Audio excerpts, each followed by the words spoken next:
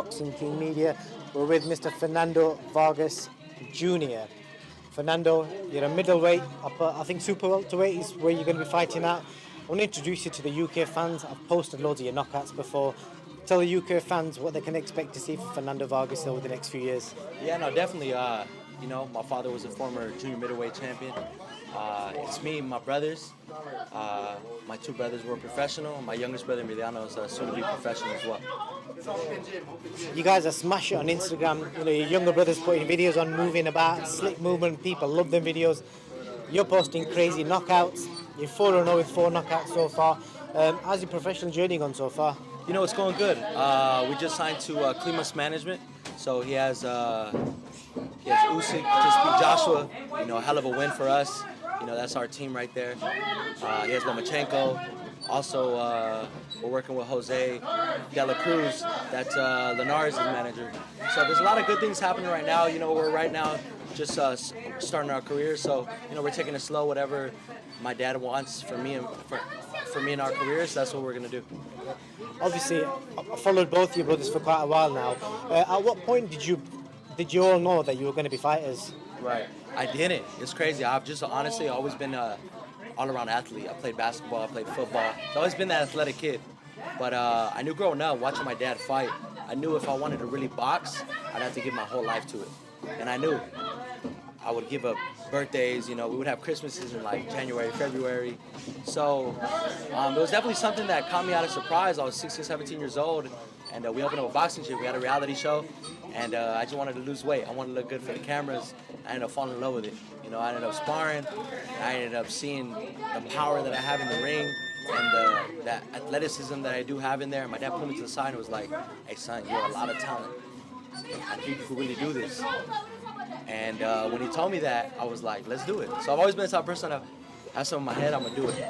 But, man, fell in love with the process, fell in love with the weight cutting, fell in love with maybe not the weight cutting all the time. I was going to say, fell in love with weight cutting. Just the process, you know what I mean? Just the whole, like, running, the training. I feel that's what a lot of people and a lot of media don't show. They show a lot of the day before the fight or the weigh-ins or the after the fight, but they don't show the process and getting there. So it's definitely something that I hold to a standard in my heart. I know a lot of juniors haven't risen up to the table and haven't really, have always been in that shadow, but we plan on, stepping into our own shoes as well. So, how old are you now? I just turned 25. You're 25. I see all the tattoos. You got something going on with the hair. You know, what kind of stuff you do? Are you into, like, you know? It's the U.S. swag, man. Yeah. So, hey, my UK fans, I appreciate all the support out there, but, I don't know, I just wanted to switch it up, do the braids. I had to come over for a minute, but the braids was calling my name, so I did it.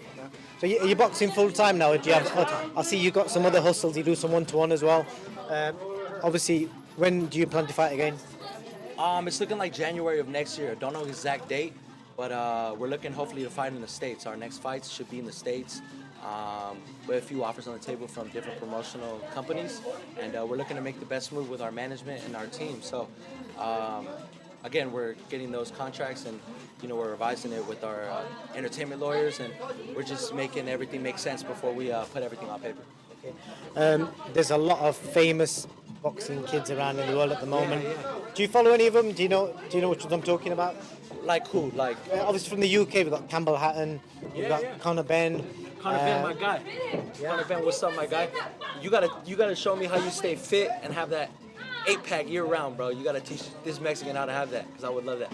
But nah, shout out to Conor Benn. He always tells me that there's massive talk of me and my brothers out there, and we're creating a hype in different countries, and it's an amazing thing. So it's a beautiful thing that we continue the legacy. For boxing fans and fanatics. I'm not talking about YouTubers. I'm talking about real boxing fans.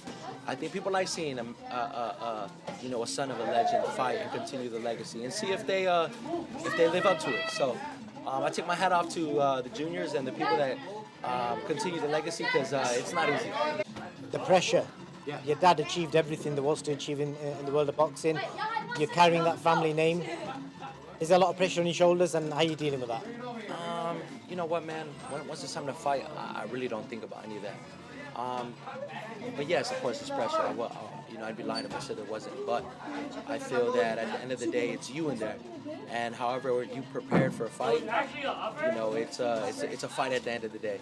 So if you came prepared, or not, it's gonna show. So of course, people have the opinion and could say, oh, well, this guy comes from, a wealthy family. He's got it easy. He has it easy. This guy comes from nothing, doesn't have anything. His mom and dad weren't there. And I get it, but look at Tyson Fury. I don't know if you know his story, but his dad was a successful businessman, selling cars. I was running with him. in the mountains. And, I was just listening to him, man. I was running. And he told me, he's like, hey, don't ever let nobody tell you that you can't do something or you're not as hungry because you come from a certain background. He's like, have you been a competitor? I said, my whole life. I don't like losing in anything. I don't care if it's chess, checkers, basketball. I like to win. He said, okay, look, my dad was selling cars. I would come into the, boxing gym as a kid in Mercedes and, the best type of cars. And you see where Tyson Fury is. So I feel if you have that work ethic, if you want to be the best, there's no stopping. A lot of fighters, upcoming fighters, tend to share stories that they've experienced with fighters like Tyson Fury and other big names. I'm glad you brought that up because I was going to ask if you shared any amazing experiences with like Tyson or any other fighters. Is there any other fighters that have inspired you in the current era? Yeah, you know what, man? The champions that have come before me, honestly, a lot of them, play part. I think Floyd Mayweather for my generation was pretty big.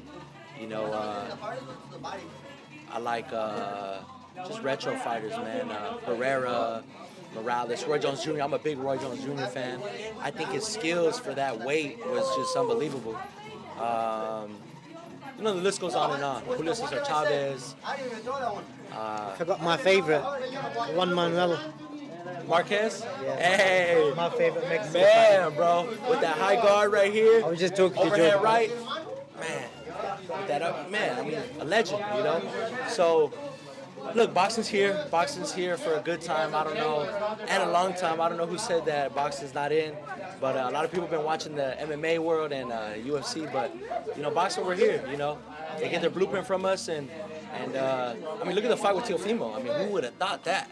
Bro, Kambosos fought a perfect fight. I just think, honestly, I'm going to be real with you, I think Teofimo, he just fought a shitty game plan. His game plan was just, he looked angry, you know what I mean? He looked like he just went in there with no game plan at all and just kind of like wanted to knock him out the first round, and Kambosos was catching him in between those punches. So, look, man. It's a good learning experience for a lot of young fighters to watch a fight like that. You can't fight with Power this. isn't everything, no. Power isn't everything, exactly. So, has anyone told you look a bit like Teofimo, actually? I can see a bit of resemblance. Man, I look like Fernando Vargas Jr., bro. Sweet. So tell the UK fans where they can follow you on Instagram and your socials. Yes, definitely. You can follow me on my Instagram at Fernando Vargas _Jr. You can follow me on Facebook, Fernando Vargas. Twitter, Fernando Vargas Jr. And just watch out for me, my brothers, my family. I appreciate everyone who supported my father's career, but the Vargas takeover is now, for sure. Thank you. We'll be following your journey all the way. Thank you so much. Sweet, man.